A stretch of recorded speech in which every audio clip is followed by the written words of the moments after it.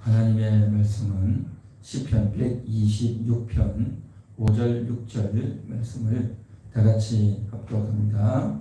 눈물을 흘리며 씨를 뿌리는 자는 기쁨으로 거두리로다. 울며 씨를 뿌리러 나가는 자는 반드시 기쁨으로 그 곡식단을 가지고 돌아오리로다. 아멘. 눈물을 흘리며 씨를 뿌리는 자 기쁨으로 거둔다. 그렇게 말씀하고 있습니다. 이 말씀은 이스라엘 백성들이 이제 남유다 북이스라엘로 나뉘어지고 난 이후에 북이스라엘이 아수르에 멸망당하고 남유다도 바벨론에 멸망당합니다. 그래서 포로로 끌려갔다가 70년 만에 다시금 돌아오죠. 그렇게 해서 돌아왔던 그 땅, 그곳은 텅 비어 있고 또 밭을 갈지 않았고 너무나도 메마른 그런 땅이었습니다. 그래서 이곳에서 다시금 씨를 뿌리고 또 땅을 이제 가려고 하니 너무나도 고되고 힘든 그런 처지였습니다.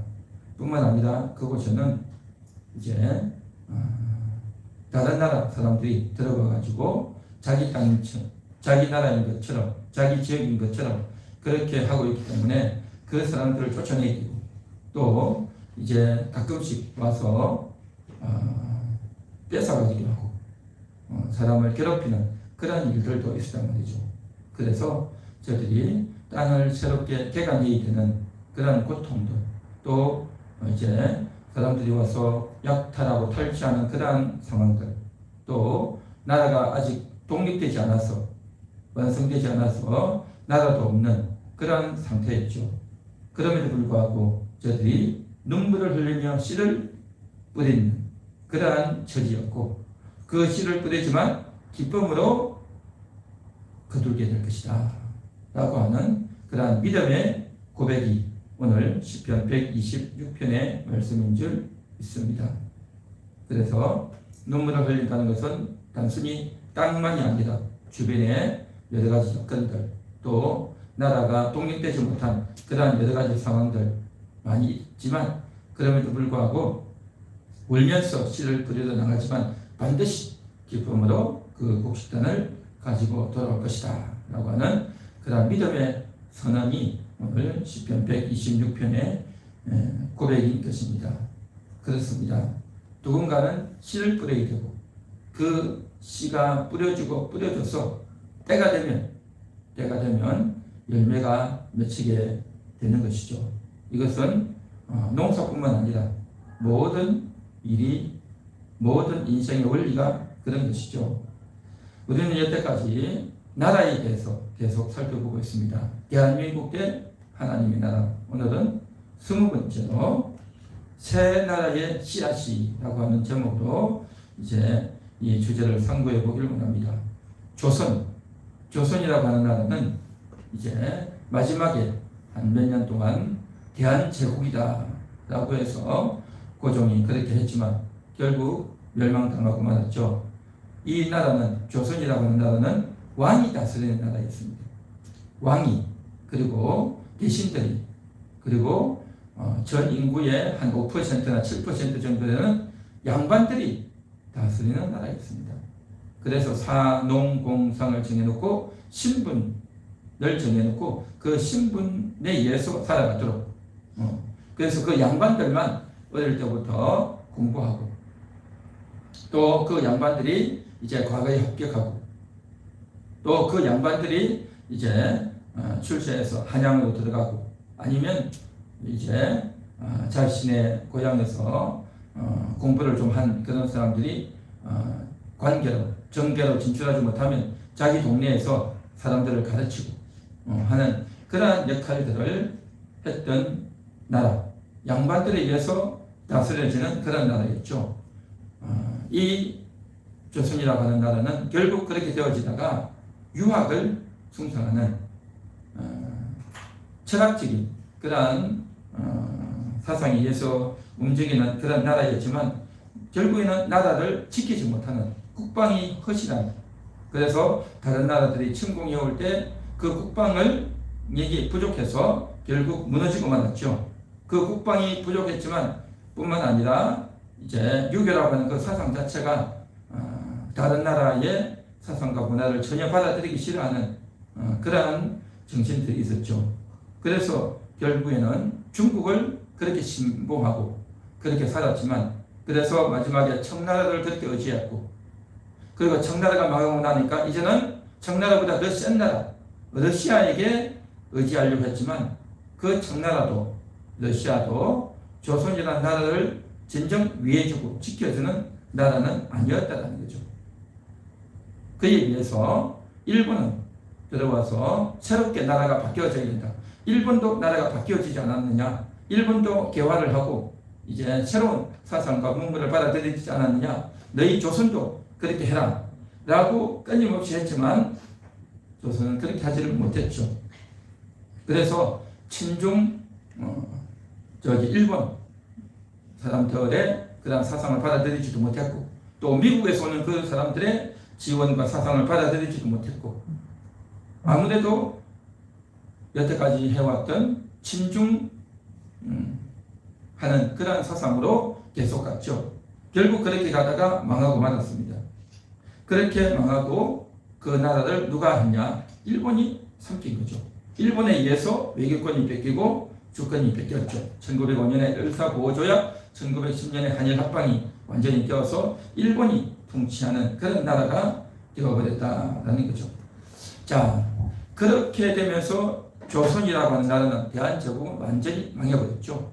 망해버렸다는 것은 주권이 뺏겼다, 통치권이 뺏겼다라는 거죠. 거기에 살고 있는 백성들은 그대로 살고 있죠. 대신 나라를 다스리는 최고의 통치권자가 바뀐 거죠.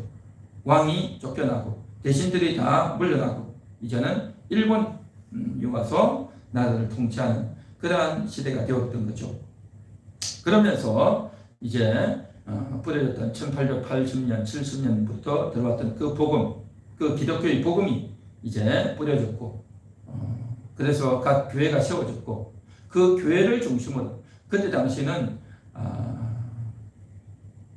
한자를 배운 서당들이 많았는데, 그 서당들은 이제 소년들만 갔지만 이제 선교사들을 통해서 만들어진 이 학교는 여자들도 오고 모든 사람들이 와서 이제 공부를 하고 한글 공부를 하고, 그러면서 이제 국제 정치가 어떻게 되어지는지 또 세상이 어떻게 돌아가는지 새로운 것을 배우고 익히면서 사람들이 굉장히 지적으로 명민해지고 밝아지고 이 나라가 어떻게 되어간다는 것을 저희들이 교회 교육을 통해서 신앙을 배우고 또 애국심을 배우고 나라를 세워야 된다고 하는 그 인식들이 교회를 중심으로 해서 이제 아래층부터 차근차근 그렇게 기초를 쌓아나갔던 거죠. 그래서 교회를 중심으로 또 그 중에서 훌륭한 또 지혜 있는 그런 선각자들의 그 운동을 주도해 나가고, 그러면서 그들의 밑바탕에는 기독교 신앙이 밑바탕이 되면서 우리는 과연 누군가, 우리가 어떻게 나아가야 되는가 하는 그런 민족 정신을 불러일으키는 그러한 일들이 계속 이루어지죠. 그래서 우리가 나라를 다시금 독립해야 된다, 우리의 주권을 다시금 회복해야 된다 라고 하는 방향을 제시하고 그런 용기와 그러한 아이디어를 제공한 것이 바로 교회였다는 거죠. 여태까지는 이씨 조선이었죠. 이씨 왕족이 다스리던 그 나라, 그리고 이씨의 대신이 다스리는 그런 나라, 그리고 민씨 집안이 다스리던 그런 나라가 아닌 새로운 인물들이 나라가 뭐냐, 이 나라를 새롭게 만들어야 된다라고 하는 그런 각성과 인식들이 교육을 받고 이제 점점 자라났던 겁니다. 물론 1870년, 1880년, 90년 이때도 이제 친일파 나라를 새롭게 해야 된다는 그런 사람들이 있었지만 이제는 다 뭡니까? 대신들이 있었고 왕들이 있었기 때문에, 유학자들이 있었기 때문에 그런 것들이 열매를 맺지 못하고 위에서 꽉 누르고 있기 때문에 어떻게 할 수가 없는 그런 실정이었죠. 그런데 이제는 그들이 다 떠나가고 다 물러나버리고 일본이 이제 통치하고 있는 그런 상태이기 때문에 이제 저희들이 교회를 중심으로 자연스럽게 이런 운동이 일어난 거죠. 자, 그래서 일어났던 대표적인 운동이 뭐냐면 안중근이죠. 1909년 10월 26일에 하얼빈에서 이토 히로부미를 저격하죠. 이토 히로부미를 저격하는데 그 이토 히로부미가 한국에 와가지고 을사보호조약을 체결하고 또 한일 어정스를 맺고 한국을 식민지화하는데 아주 큰 공을 세운 일본의 입장에서는 아주 최고 영웅이죠. 그랬는데 그가 하얼빈, 만주에 있는 하얼빈에 온 겁니다. 그가 하얼빈에 갔던 이유는 뭐냐면 그 하얼빈은 만주죠. 중국 중에서도 저 북쪽에 있는 요즘으로 말하면 어디죠? 중국 동북 삼성 지역에 있는 그쪽이죠. 그래서 러시아가 철도를 만들었죠. 그래서 모스크바에서 저 블라디보스토크까지 철도를 만들고 그래서 군수 물자와 군대를 보내려고 그걸 열심히 만들었는데 이제 그게 완공이 된 겁니다. 이제 그것이 완공이 되어 가지고 있는데 그곳에서 축하 뭐 이런 행사를 하는데 그곳에 이토 히로부미가 갔던 거죠. 그곳에 가서 무슨 행사가 있어서 갔는데 그 곳에서 이제 이토 히로부미를 저격한 사건이 발생합니다.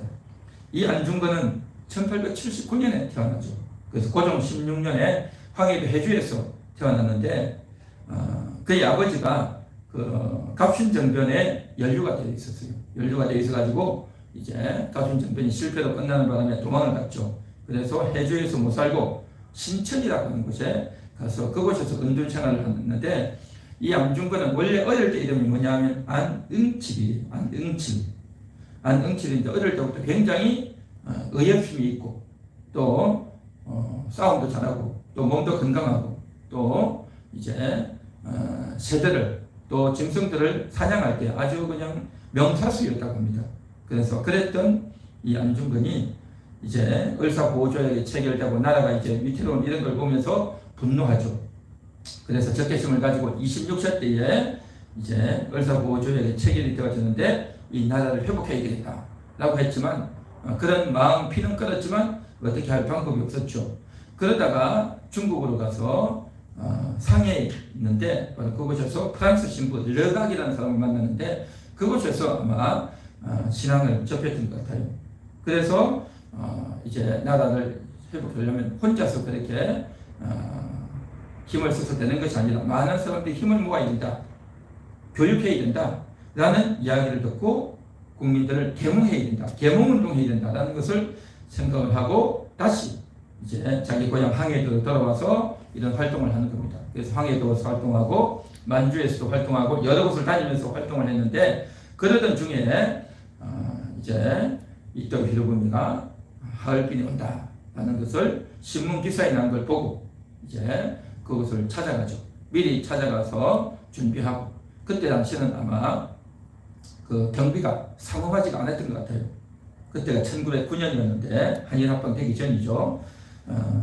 그때가 1909년 10월 26일 오전 9시 30분인데 하루 전에 가가지고 미리 상호하게 준비하고 또 신경을 쓰고 있다가 그때에 이토 히로부미가 9시 30분 정도에 하얼빈에 기차가 도착하는데 그 기차에 내려가지고 의장대 사열을 하고 천천히 걸어 놓는데 이제 관중 도로에 사람들이 늘어서서 박수를 치고 환영하고 있는 그때에 관중들 속에 뛰어 들어가서 이제 갑자기 히로부미가 달려오는 그 앞에 5m 앞까지 가서 총을 꺼내서 세 발을 쐈는데 그게 정통으로 명중을 하는 겁니다. 그래서 왼쪽 폐에 한 발은 왼쪽 폐에 또 한 발은 왼쪽 옆구리에 또 한 발은 오른팔을 스치고 그의 복부에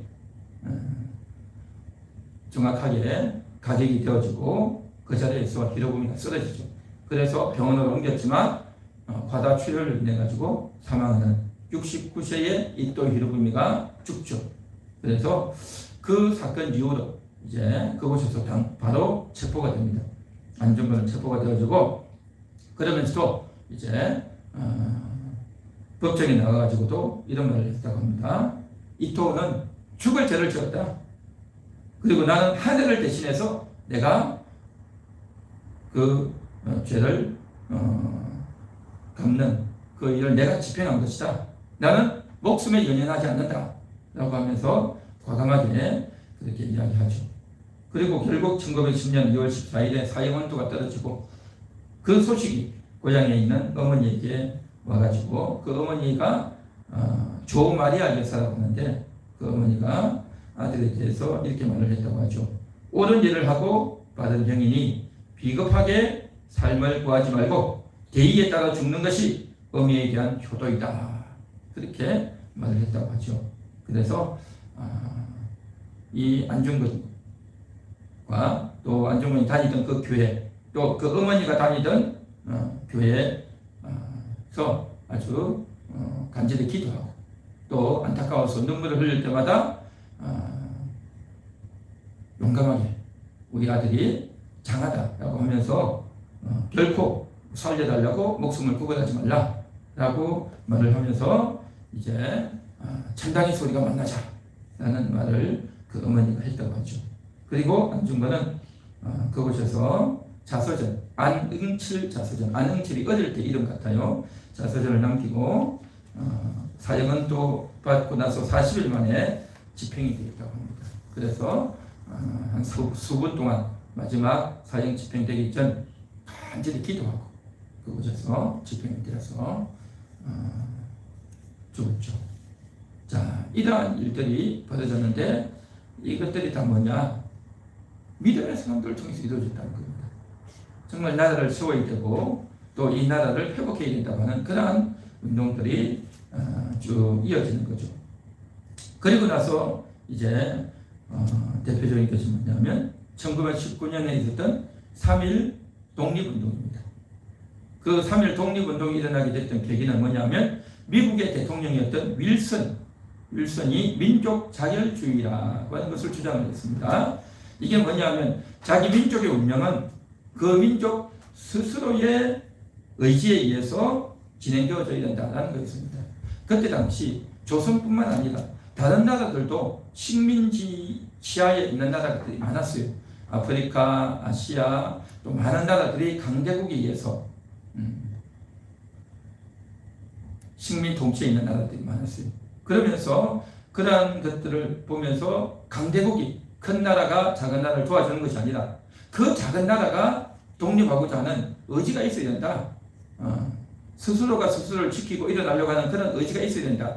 라고 하는 그런 선언문 같은 걸 주장했는데 그 선언문을 듣고 제일 기뻐했던 사람이 누구냐면 그때 당시 미국 가서 공부했던 이승만이었어요.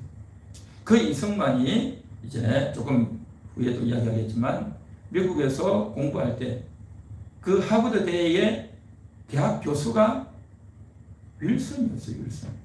그 대학 교수였는데 몇 년 후에 대통령이 됐단 말이죠. 그렇기 때문에 그분의 사상을 너무 좋아했고 대통령이 됐으니 너무나도 좋아해서 따랐고 그래 맞아 조선도 나라를 독립해야 된다. 나라를 찾아야 된다. 우리 민족이 뭔가 이렇게 하려고 하는 의지를 보여야 다른 나라들도 도와줄 수 있다. 라는 생각을 해서 이제 우리도 뭔가 살아있다는 것을 보여주자 해서 독립운동을 해야 된다는 이야기를 이승만이 이야기했고 국내에 있는 사람들이 동조해서 이게 이루어진 거죠. 그때 마침 고종이 사망을 했어요. 1919년 1월 21일에 고종이 사망을 했는데 그때 당시 고종이 독살을 당했다라는 소문이 많이 들었어요. 그래서 많은 사람들이 고종 장례식을 참여하기 위해서 1월 21일 날 사망했고 3월 3일 날 고종의 장례식이 있었는데 그래서 그 고종의 장례식에 참여하려고 각 지방에서 사람들이 엄청나게 많이 올라왔어요. 열차를 타고 서울역에 엄청나게 많이 올라오고 그리고 그 서울에 여관마다 사람들이 꽉꽉 차가지고 여관에 들어갈 장수가 없을 정도였고 그리고 또 사람들이 길거리에다 이렇게 하면서 그곳에서 이제 노숙을 하고 잠을 자야 할 정도로 엄청나게 지방에서 사람들이 많이 몰려온 겁니다. 많이 몰려오고 사람들이 이제 도로에도 여간에도 사람들이 많은 그러한 상태가 되었는데 그때에 그 시즌에 맞춰서 3월 1일에 거사를 지내기로 한 거죠.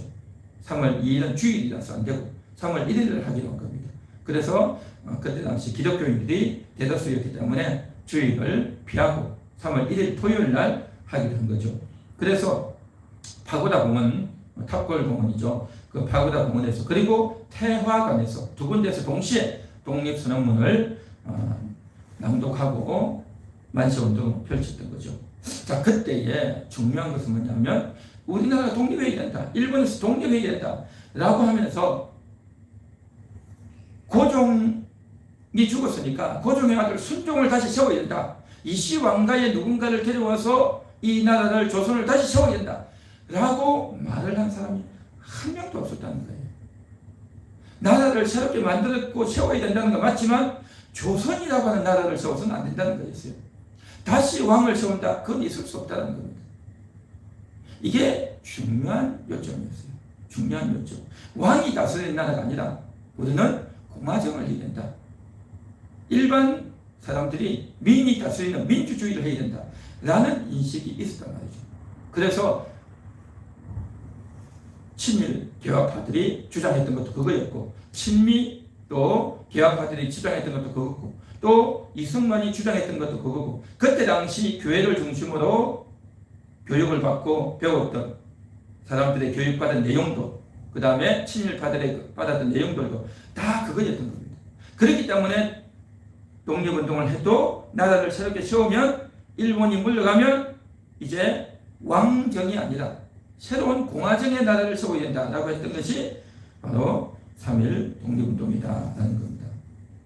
자, 그렇게 해서 이제 독립운동을 할 때에 엄청난 사람들이 모인 겁니다. 시골에서 올라왔던 사람들하고 해서 서울에서만 한 40만에서 50만이 모였다고 해요. 광화문 지금 현재 집회를 해도 그렇게 모이기 쉽지 않잖아요. 그때 당시 50만이 모여서 독립만세 운동을 벌였죠. 그래서 엄청난 사람들이 많이 가담하고 했죠. 자, 이때에 벌어졌던 유명한 인물 중에 한 명이 바로 유관순이죠. 유관순은 그때 당시 서울에 올라가가지고 서울에서 이화학당에 다니고 있었습니다. 이화학당 보통과를 졸업했는데 18살, 요즘 지금으로 말하면 중고등학교죠. 그 18살이었는데 서울에서 이제 독립만세를 부르다가 체포를 당합니다. 체포를 당했는데 그때 당시 이제 이화학당의 선교사들이 일본 경찰서에 가가지고 막 강력하게 항의를 해가지고 아직 어린애인데, 아직 학생인데 이렇게 잡아가면 어떡하냐, 아직 미성년자인데 잡아가면 어떡하냐, 아주 강력하게 항의를 해가지고 석방을 했어요. 그렇게 해서 석방을 시켰는데 온 나라가 3.1만세 운동이 펼쳐지고 또 학생들도 거기 가담하다 보니까 학교에서 임시 휴교령을 내렸어요. 이화학당이 휴교령을 내리는 바람에 자기 고향으로 내려온 거죠. 그 고향이 어디냐? 천안이었어요. 그래서 천안에 있는 아우네라고 하는 그곳이 자기 고향이었는데 그곳에 내려가지고 3.1만세 운동을 또 벌이는 겁니다. 그래서 그곳에서 유관순과 또 그의 아버지, 그의 어머니, 할아버지가 다 거기에 가담을 합니다. 그래서 천안에서 독립운동을 벌였던 그 대표적인 인물이 누구냐면 조인원이라는 사람인데, 이 조인원은 누구냐면 조병옥 박사의 아버지입니다. 조병옥은 48년 해방 건국되었을 때 이승만 대통령 밑에서 아주 일익을 담당했던 유명한 인물이죠. 그 조병옥 박사의 부친이 조인원인데 그 조인원이 주도하고 또 유관순이 거기 가담해서 하다가 아버지도 죽고 어머니도 죽고 할아버지도 죽고 그곳에서 유관순도 체포가 되어가지고 죽지는 않고 부상을 당해서 체포가 되어서 서대문 형무소로 이제 이감이 돼서 온 거죠. 그곳에서 엄청나게 고문을 당하고 회유, 압박을 많이 당했죠. 그곳에서 당하다 보니까 얼굴이 툭툭 붓고 또 너무나도 배도 고프고 또 외롭고 또한 아버지, 어머니 다 죽었으니까 밑에 동생들이 있는데 동생들 돌봐줄 사람도 없고 동생들에 대한 그러한 걱정 이런 것들로 굉장히 흐느꼈다고 해요. 흐느끼고 또 정신을 차리고 일어나면 뭐 하냐면 그 감옥에서 대한독립 만세 외치는 거거든요. 감옥에서. 그러면 다른 또 옆에 있던 사람들도 또 다 같이 만세하고 그러니까 감당이 안 되는 거죠. 그러니까 그 핵심이 누구냐? 유관순이었다는 거죠. 그래서 유관순에 대해서 더 많은 고문과 구타가 많이 일어났던 것 같습니다. 그래서 그곳에서 1년 6개월 버티다가 결국에는 굉장히 고문도 많이 당하고 후유증이 많아가지고 방광이 터졌대요. 방광이 터져서 몸이 썩어 들어가는 그러한 질병으로 고초를 당하다가 1920년 9월 28일에 19세로 그냥 사망하게 됩니다. 자, 그렇게 해서 시신을 찾아가라고 하는데 시신 찾아갈 사람이 없는 겁니다. 아버지 없죠, 어머니 없죠, 할아버지도 없죠. 그리고 동생들은 그 근방에 누가 다른 사람들이 돌봐주고 있는 그런 상황이었기 때문에 그래서 결국 이화학당에서 알아가지고 그 선교사들이 와서 시신을 찾아가죠. 그래서 그가 다녔던 정동교회에서 장례식을 치르는 그러한 일이 있었습니다. 그래서 유관순은 어릴 때부터 예수님을 영접해서 기독교인으로 살았고 그리고 서울에 올라와가지고는 정동교회 출석하면서 이제 신앙생활을 했고 만세운동을 벌이다가 그 엄청난 모진 고문과 회유와 압박 가운데도 비굴하게 타협하지 않고 끝까지 이길 수 있었던 것. 그게 바로 신앙의 힘이었던 거죠. 그 믿음의 힘으로 이기면서 나라를 새롭게 세워야 된다. 독립해야 된다. 라고 했던 그러한 역사들. 이것은 우리 대한민국의 역사이기도 있지만 이것은 교회의 역사이기도 하고 또 그들이 가졌던 그 믿음이라고 하는 것이 그냥 교회 안에서만의 신앙이 아니라 나라와도 연관되어지는 그러한 신앙이었다라는 것을 우리가 인식을 하게 되죠.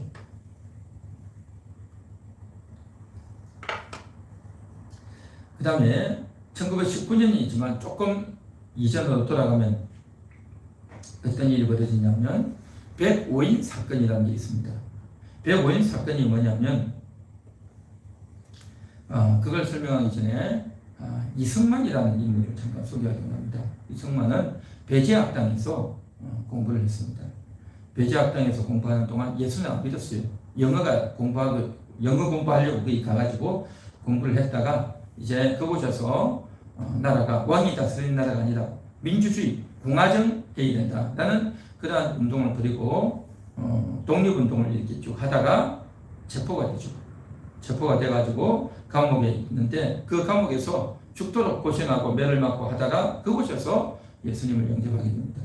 예수님을 영접하고 1904년에 이제 석방이 되는데 석방이 되어가지고 선교사들이 언더우드와 알렌 이런 선교사들이 고종에게 부탁을 해서 이제 미국으로 가게 됩니다. 미국으로 갔던 이유가 뭐냐면 일본이 조선을 대한제국을 계속 삼키려고 하니까 미국이 우리 대한제국을 좀 도와주면 좋겠다라고 하는 고종의 편지를 가지고 미국 대통령이 가서 부탁을 하려고 그렇게 가는데 그때 당시 영어를 잘할 수 있는 사람이 이승만밖에 없었던 겁니다. 그래서 이승만이 그 편지를 가지고 미국에 갔던 거죠. 그렇게 갔는데 결국 성공은 못했죠. 왜냐하면 그 전에 이미 전에 이야기했듯이 가스라 테프트 조약, 미국과 일본이 조약을 맺고 조선을 일본이 자치해라라고 다 약속이 되어 있는 상황이었기 때문에 이러한 것들을 가져온다고 해서 받아줄 수는 없었던 거죠. 그런데 그 사실을 이승만도 그때는 몰랐고 나중에 알게 됐던 거죠. 나중에 알게 되어졌는데 어쨌든 그곳에 가가지고 성공은 못했지만 공부를 하죠. 대학을 3개나 다니면서 공부를 해서 이제 박사 학위를 받아가지고 돌아오게 되죠. 그렇게 박사 학위 받고 돌아오는데 이승만이 느꼈던 이 대한제국은 어떤 나라이느냐? 그것은 바로 이 조선은 유교에 의해서 유학에 의해서 유학 사상에 의해서 세워진 나라라는 거죠. 근데 그 유학이라고 하는 것이 결국 나라를 건강하게 할 수 없는 사상이라는 겁니다. 그 유학이라는 것이 국방력도 없고 그냥 선비들만 이득을 보는 그런 나라고 또 이 사상이 모든 백성들을 골고루 평화롭게 할 수 있는 행복하게 할 수 있는 그런 나라의 사상이 될 수 없다. 그걸 알았던 거죠. 뿐만 아니라 왕과 대신들이 굉장히 썩고 부패한 그런 상태이기 때문에 나라가 결국 망할 수밖에 없었다. 그래서 이제 이 나라가 새롭게 세워져야 된다. 지금 현재 그래서 나라가 망했고 그래서 결국 일본 식민지가 되어졌는데 그래서 이 나라가 식민 상태로 벗어나면 그러면 어떻게 될 것이냐, 어떻게 해야 되느냐 라고 하는 측면에 있어서 이 대한민국이 이제 기독교 신앙으로 그런 말이 된다, 그런 생각을 가졌던 겁니다.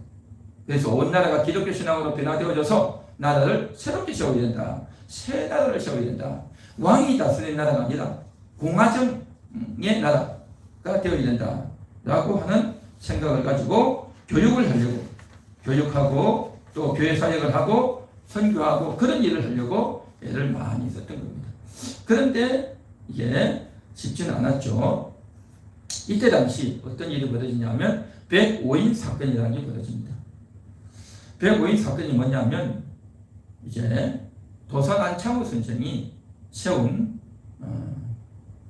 신민회라는 게 있어요. 신민회. 신민회가 뭐냐면 지금 일본에 우리는 대항해야 된다 해서 정말 철저한 국가관을 가지고 또 나라를 사랑하는 애국심이 있는, 그리고 탐욕이 있고, 그리고 희생정신이 있는 20대의 청년들을 위주로 해서 저들은 이러한 사상과 또 지혜와 또 건강한 또 희생할 수 있는 그런 각오가 된 이런 사람들을 훈련해야 된다 해가지고 만주에다가 그런 학교를, 신민회가 학교를 만들려고 했던 겁니다.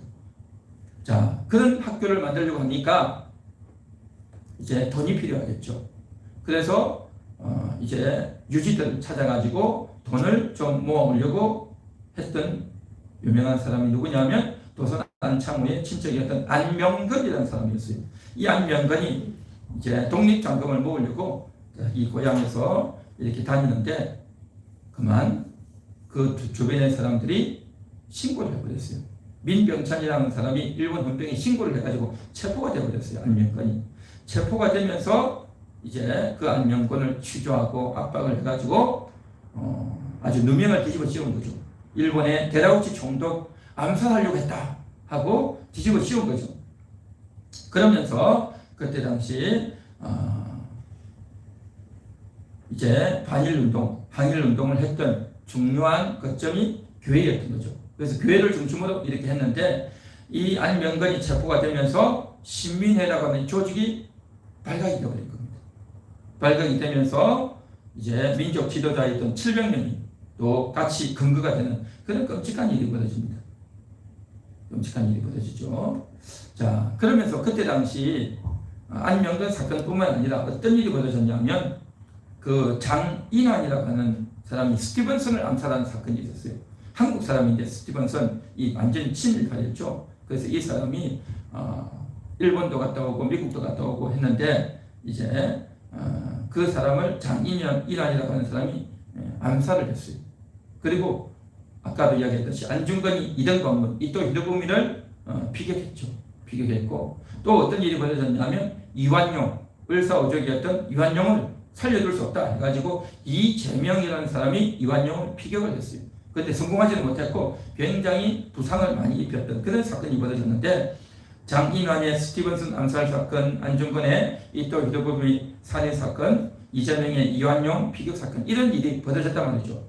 그러한 와중에 안명근이 잡혀서 독립운동을 하고 돈을 모은다고 하니까 일본에서 굉장히 신경을 쓰고 이제 이들을 가만 살려둘 수 없다라고 하면서 이제 기독교인들을 대대적으로 금가하게 되는데 그래서 700명이 체포가 되고 그 중에 123명은 아주 집중적으로 고문을 해서 그 중에서 105명 허위자백을 하게 되는 겁니다. 굉장히 고문을 하고 사람을 괴롭히니까 자기가 하지 않은 일까지 허위자백까지 하게 된 거죠. 자, 이런 일이 벌어졌는데 이게 바로 105인 사건인데 이 사건이 일어났던 직접 동기는 뭐냐면 이승만 때문입니다. 이승만이 미국에서 이제 박사학위를 대학을 나오고 학사, 석사, 박사 학위를 받고 이제 조선으로 오죠. 와서 뭘 했냐면 YMCA를 설치합니다. 설립을 하죠. 그래서 이제 애국 청년 운동을 벌이려고 설치를 해서 이제 온 나라를 다니면서 전라도, 경상도, 충청도, 막 전국으로 다 다니면서 이제 복음을 전하고 애국심을 고취하고 또 예수를 믿도록 전도하고 이런 일을 했어요. 그런데 이 일을 굉장히 고깝게 봤던 사람이 일본이죠. 아주 고깝게 보고 그를 말리고 못하게 하려고 했는데 선교사들이 관련되어 있기 때문에 함부로 하지를 못했던 거죠. 자, 그러고 있는 터에 안명건이 체포가 되어지면서 그러면서 이승만이 배후세력이다라는 것을 알고 이승만을 잡으려고 했죠. 그런데 잡지를 못했던 겁니다. 그래서 체포 1순위가 이승만이었는데 이승만을 잡을 수가 없는 겁니다. 왜냐하면 미국 선교사들이 관련되어 있고 미국과 일본은 굉장히 가까운 사이단 말이죠. 그래서 그 일본이 미국을 함부로 할 수 없는 그런 관계였고 그 미국의 선교사였던 선교사들을 말을 일본도 무시할 수 없는 그런 상황이었던 겁니다. 그래서 이승만을 잡으려고 했지만 잡지 못했고 그리고 나서 이승만 빼고 다른 사람들 다 잡게 되죠. 그렇게 해서 105인 사건으로 전덕기 목사, 김근영, 정희순, 한필숙 이런 4명이 고문을 받다가 사망하고 그 엄청난 사람들이 팔이 잘려나가고 정말 눈알이 빠지고 정말 끔찍한 일들을 당하는 겁니다. 그러면서 이승만이 정말 통절하게 눈물을 흘리고 안타까워하면서 결심한 게 있습니다. 복음을 전하고 또 교육을 하고 애국운동하는 것도 나라가 있어야지. 나라가 없으면 아무것도 할 수 없구나. 주권이 빼앗긴 상태에서는 아무것도 할 수 없구나 라고 생각하면서 나라가 없는 상태에서는 어떤 자유도 어떤 운동도 할 수 없다는 것을 처절하게 느끼고 그의 방향을 바꾸어서 이제 독립운동, 해외에서 독립운동하는 그러한 일들로 나가게 됩니다. 나라를 하나 세운다고 하는 것, 이것은 한두 명이, 몇 명이 그렇게 하자, 우리 잘해보자, 의기투합한다고 해서 되는 게 아니라는 거죠. 아까 우리 읽었던 말씀처럼 눈물을 흘리며 씨를 뿌리는 자는 기쁨으로 거두리로다. 눈물을 흘리는 과정, 울며 씨를 뿌리러 나가는 자는 반드시 기쁨으로 그 곡식단을 가지고 돌아오리로다. 그러니까 눈물 흘리는 작업이 있다는 거죠. 그러니까 단순히 눈물만이 아니라 고생스럽고 외면을 당하고 억압당하고 너무너무 괴롭다는 거죠. 그래서 이스라엘 나라가 망하니까 예루살렘이 완전히 짓밟히고 그러다 보니까 예루살렘에 있던 성전이 파괴되고 법궤가 이제 상실되고 그런 일이 벌어졌던 겁니다. 가장 중요했던 성전이 망하는 겁니다. 나라가 망하니까 성전이 망했단 말이죠. 우리의 영혼이 하나님을 예배하고 또 복음을 전하고 귀한 사역을 하려면요, 나라가 있어야 합니다. 나라가, 이 크리스찬들을 보호해줄 나라가 있어야 이러한 믿음의 생활, 교회 생활이 되는데 이게 없으면 되겠냐 하는 거죠. 나라가 있어야 자유도 있고 인권도 있고 행복도 있고 신앙의 자유도 있는 거죠. 나라가 없으면 아무것도 안 되죠. 지금 북한 같은 경우가 신앙의 자유가 없으니까 억압을 당하고 고통을 당하고 있지 않습니까? 우리 대한민국도 마찬가지입니다. 나라가 있어야겠죠. 그런데 여태까지 있었던 나라는 어떤 나라냐? 유교 사상에 의한 나라였고 양반들을 위한 신분제 계급을 고착화시키는 그런 나라였고 또 백성들을 골고루 행복하게 하는 그런 나라가 아니었단 말이죠. 이제 그런 나라가 망했는데 그 중간에 일본이 다스린단 말이죠. 일본이 이렇게 억압하고 고통하는데 이 나라에서 벗어나서 독립해야 되는데 그 독립에서 어떤 나라를 세워야 되느냐, 이게 굉장히 중요하단 말이죠. 그런 측면에 있어서 방향을 바르게 잡았던 겁니다. 그 방향을 바르게 잡지 못하면 결국 어떻게 되느냐, 조선을 계속 그대로 이어가는 나라가 된단 말이죠. 그게 어디입니까? 북한 아닙니까? 북조선 아닙니까? 조선인민민주주의공화국, 조선을 잇는 나라가 북한이죠. 그러나 우리 대한민국은 조선을 잇는 것이 아니라 왕정을 잇는 것이 아니라 바로 자유 대한민국이 되어줄 수 있었던 것, 바로 그것은 교회를 중심으로 그러한 믿음을 키우고 또 나라를 어떻게 세워야 될지에 대한 그러한 교육과 인식이 되어진 결과로 아름다운 이제 나라가 독립이 되어졌던 겁니다. 그래서 나라의 독립을 위해서 많은 사람들이 이제 눈물을 흘리고 목숨을 잃고 고생을 많이 했지만 어떤 방향으로 나아가야 될지를 바르게 목표가 설정되어졌던 겁니다. 바른 목표, 바른 정신, 바른 씨앗이 뿌려졌을 때에 그것이 때가 되어서 이루어진 겁니다. 이제 새로운 씨가 심겨지기 시작한 겁니다. 그 전에는 왕이 또 부패한 관료들이 또 잘못된 사상이 조선이라고 나라를 끌고 와서 결국 망할 수밖에 없는 것으로 왔지만 이제는 새로운 나라를 만들어야 된다. 그 나라가 망했으니 새로운 나라를 만들어야 된다 하는 그러한 주장을 할 수 있었고 또 그 주장들이 이제 독립운동을 통해서 펼쳐지면서 올바른 방향으로 갈 수가 있었다라는 거죠. 그렇기 때문에 저들의 독립운동은 이제 의미가 있는 또한 좋은 씨앗이 될 수 있었다라는 거죠. 그래서 새나라의 씨앗이 뿌려지는 일들이 시작되었다라고 말할 수 있는 겁니다. 이 대한민국이 그렇게 해서 만들어진 거죠. 마찬가지로 우리의 영혼의 나라도 예수님께서 그 하늘밀이 땅에 떨어져 있었고 죽음으로 말미암아 우리 영혼들을 구원해 주셨고 그래서 그 예수의 사랑, 그 예수의 보혈로 인해서 거듭나고 살아난 우리 영혼들, 그 예수님 때문에 우리 영혼이 살아났으니 이제 우리는 이 나라를 잘 세워나가야 될 줄 믿습니다. 우리의 마음속에 있는 나라, 바로 이제 주님과 함께 하여서 우리의 마음들을 다스려 나가야 돼요. 우리의 생각과 우리의 감정과 우리의 의지들을 다스려 나가는, 주님이 다스리는 그러한 세계관을 우리가 하나씩 만들어 나가야 될 줄 믿습니다. 아름다운 국가관, 우리의 국가관이 바로 세워지고 또한 애국심이 세워져야 되고 또한 내가 누구인가에 대한 그런 정체성이 세워져야 되고 또 이제 각 정치를, 경제를, 사회를, 교육을 이제 어떻게 봐야 될지 이런 것들에 대한 분명한 인식이 되어져야 되고 하나하나 이루어져 나가는 데 있어서 쉽지는 않죠. 이 모든 것들을 예수님이 다 이루어 놓으셨지만 그것을 우리가 적용하고 나의 삶에서 이루어 나가는 것, 이것이 우리에게 남은 숙제고 우리의 사명인 줄 믿습니다. 그래서 그 씨를 우리도 심어 나가고 뿌려 나가는 그러한 우리의 인식과 삶이 있기를 간절히 소망합니다. 같이 한번 기도하도록 하겠습니다.